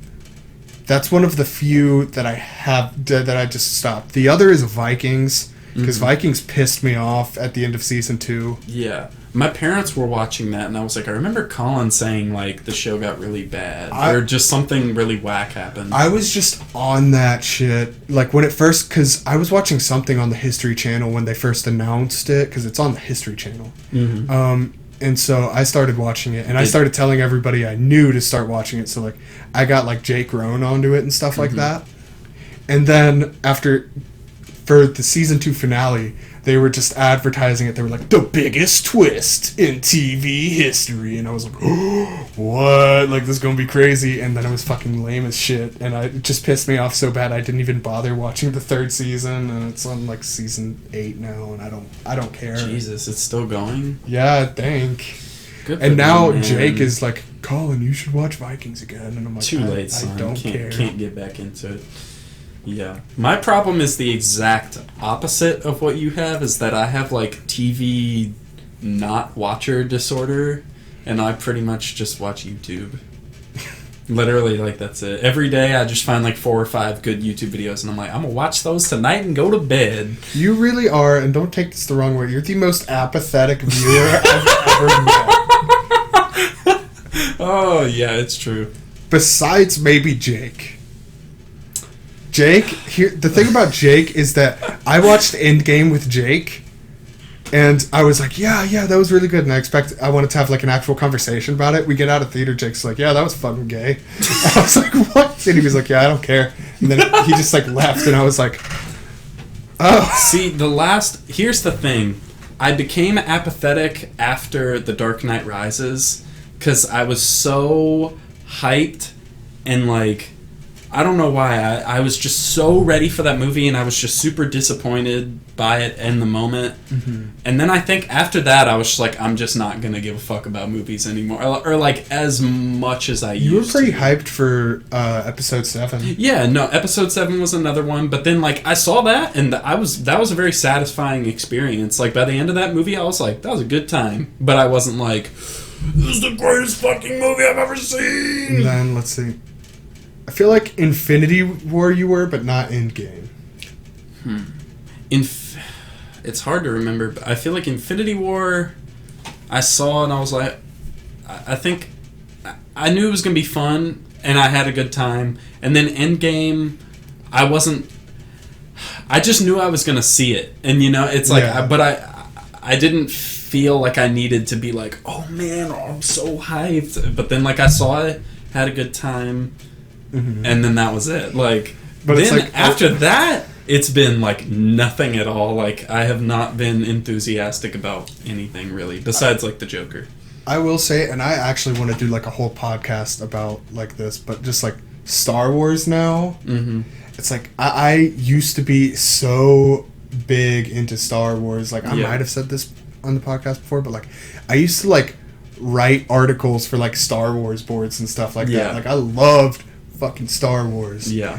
And like the Star Wars community is so just like, they're like, you're not a real Star Wars fan unless you hate every single Star Wars movie. Bro, it's toxic, bro. It's just like literally, it's just not worth even like following any like Star Wars pages on Instagram or like watching any videos about it, because everyone just fucking complains now. Like, what'd you think about the episode 9 trailer? Because there was one before Joker. Yeah, I love it. I mean, I still love Star Wars. I just can't get like as hyped and immersed in it as I used to be able to. Yeah, I'm like, I still, even though episode 8 had some problems and stuff, I still felt like it had enough enjoyable moments that like I still generally like it. I maintain that episode 8 would be the best Star Wars movie if it wasn't for the Finn Rose storyline. If they substituted that with just anything else. Substitute that with like 25 minutes of C-3PO scratching his non-existent ass. Or Poe and Finn storyline? Or love storyline? Honestly, I would take that over Finn and Rose. Yeah, that shit, yeah. It's just, and here's the thing, some people like went out of their way to like criticize the actress, Kelly Marie Tran. I feel bad. Yeah, I feel terrible for her. It's not her fault. It's just a very poorly written character. Yeah. It's like, the only character that I dislike as much as her is Jar Jar. And at least with Jar Jar, you can chop it up to just like, you can just look at it and be like, okay, well the prequels were just kind of a weird joke in the first place. Yeah. And I like watching the prequels, but they're just very poorly made films. I think I would have a very good time watching them now. Oh yeah, like I can appreciate the story aspects when they come up, and then the rest of the time it's all memes. You know? I actually was thinking the other day, it's like if someone remade those same storyline, but with completely changed the look of the setting, change everything. You know, and the looks wise, like give it a complete paint over. And tweak a couple things in the story, and then, like, I think that'd be interesting. I like the idea of, like, Anakin having, like, a Star-Lord intro where, like, you see him get abducted in the first 10 minutes of the movie, and then it skips to him being an adult. I like that idea. Him getting abducted? Like, him going with the Jedi. Like, if you were to go with the Jedi in the first 15 minutes of the movie. No, I like that. Qui-Gon just comes up and just like, come here, kid. Just like, you're gonna be a fucking monk. You're gonna get a laser sword. He's like, no! I like my slave life. But anyways, so I've heard that. I like that idea. But what I was saying about Rose is the sequels are well-made movies. And so that's why Rose pisses me off probably even more than Jar Jar, is just because of the fact that the sequels are well-made movies. They need to bring Jar Jar back, in my opinion. No. I would love that. I would absolutely love that. A little bit. Like, if they just had one little scene where it's like, Jar Jar, is that you? And he's like, oh, hi, Missa. And then he just gets, like, run over or something. I think that'd be funny. It'd be really out of place, but fuck it. I'm down for anything. Anything at all. Like, just... But they're not gonna do it. They're gonna play it safe and do... Oh, yeah, of course not. But it's like, damn. I don't fucking know. But I would like to do a Star Wars-centric episode eventually. Like, I feel like we've had so many times where we've talked Marvel, DC, Game of Thrones. Before we do that, there's a certain trilogy of films that I will not say, but we are planning. It'll be the next in our series of films that you, like, need to see before you die. Yeah, this isn't a part of that series. This is just, like, we wanted to watch and review Joker. Yeah, because it's a current big movie right now. And it's good. But, yeah, and then maybe get Jake Rohn on that with us. Yeah. I feel like when we get Jake on here, we always have a good time, so. Yeah, definitely. And I don't even know, like, I put it on my Snapchat story the other day, so if you follow me on Snap, that's a clue as to Also, what trilogy we will be reviewing. I did mention it in the Hard Boiled review. Mm-hmm. Oh, wait, you did? Yeah, wait, did you not? No, I listened to it. I'm just trying to think. But I'm saying, like, did you not have the idea to watch these movies because of that? Did I? I don't remember. I just remember being at work and I was thinking about the title of the movie and I was like, bro, that's funny. And then I put it on my story. I was like, yo, who wants to watch this trilogy of films? And a couple people were like, bro, me. But it was obviously like, haha, joke. But then I was like, no, wait. I should actually watch it. I saw it and then you hit me up and you were like, let's watch it. Yeah. Anyway, so we should probably get wrapping up. Going. Yeah, we stopped reviewing Joker like 30 minutes ago. Yeah. So, but go see it. It's yeah, good. to cap off, go watch Joker. It's disturbing, but really good. Yeah. Overall, I mean, it's very. Once again, like kind of like we said at the end of Hard Boiled, like you don't want to just come out and rate something a 10 out of 10. Mm-hmm. But like really, it's as close to a 10 as a like. That's why I don't like putting numbers on things. It's like, because if you say a 9 out of 10, it's like, oh, there was something wrong. But if you say 10 out of 10, it's like, oh, so it was flawless. It's like, it's a fucking... Whenever I say 10 out of 10, it is just so good, you should see it. That's what I mean by 10 out of 10. So, I mean, just 10 out of 10. Yeah, go watch it. pretty much. 11 out of 10. Fuck it. Damn. Gonna go, yeah. Yeah, you're right. Technically, that's 1 1/10. I'm not a mathematician. I'm not no rocket surgeon. It's basic fractions. Bro, I haven't done fractions in a while. Like, I literally could not do any fractions. I don't think I could do a single one. Well, anyways, so yeah, go watch Joker. Yeah, go explore some, like, fetishes, you know what I mean? That's not what I said. Okay. All right, yeah. I'm on bullshit mode. We gotta end this. Yeah, smash that like button. Mm-hmm. 5 stars on iTunes. Tell a friend. Tell a friend. Tell your mom. Tell your dad. Tell your therapist. Yeah. Bro. I agree. Get the Therapist Association of America. Let's get a therapist on the podcast. Just work through our deep-rooted issues on the podcast. Shit. Super personal episode. Okay. But yeah, so all right. hit us out. up. Peace.